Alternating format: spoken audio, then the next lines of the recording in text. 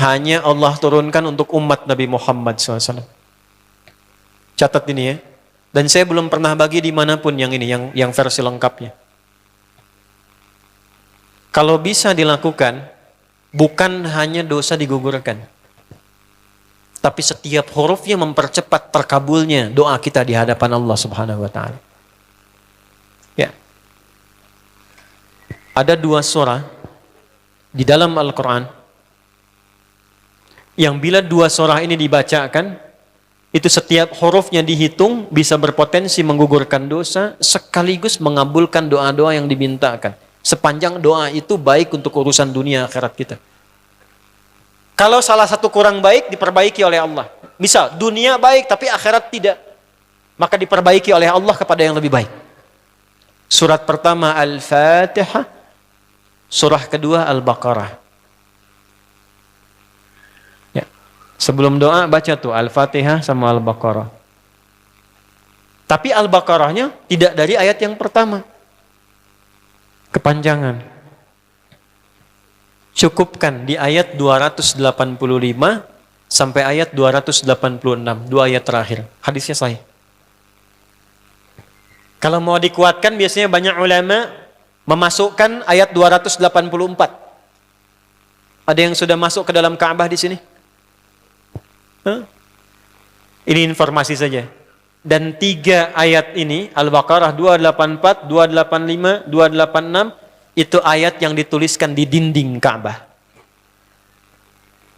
Itu yang saat berhala dikeluarkan, gambar-gambar dihapus, itu ya, syair-syair diganti dengan ayat Quran sehingga jadi kain kiswah Ka'bah di luar. Itu ada sejarahnya. Yang di dalam pun dihiasi dengan hiasan ayat Al-Quran. Di antara yang dituliskan itu Al-Baqarah ayat 284, 285, 286.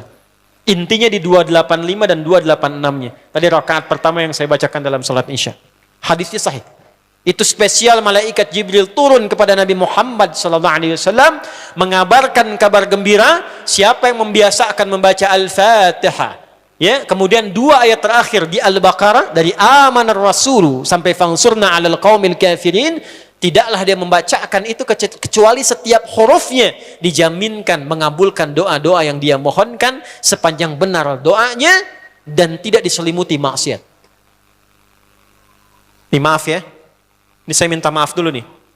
Kalaupun Anda benar doanya khusyuk sampai nangis, tapi ada selimut maksiat dalam permohonan doa itu pengabulannya mental lagi.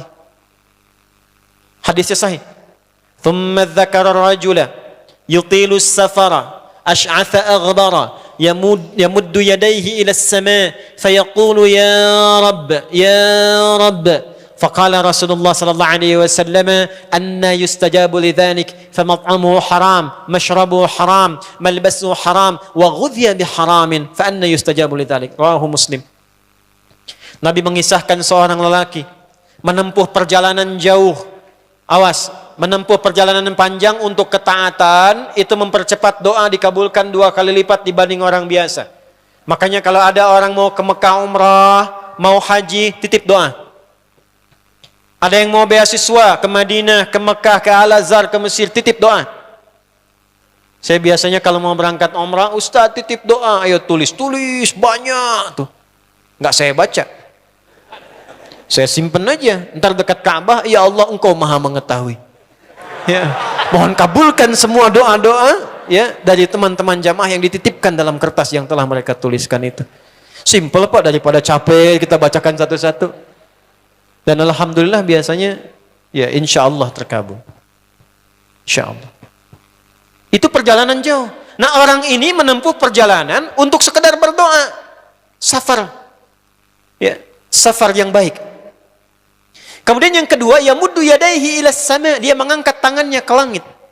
Ini saya tidak bermaksud mengajarkan ya, cuma menunjukkan prakteknya begini nih. Ada yang bisa bantu saya nggak satu orang maju? Cepat. Yang depan aja, depan. Jazakallah khair.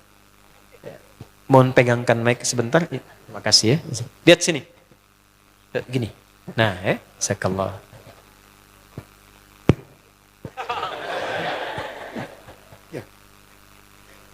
Nah, gini ya. Ini tangan, lihat telapak 2 ya. Berdoa itu sesuai porsinya, dan ikuti caranya Nabi.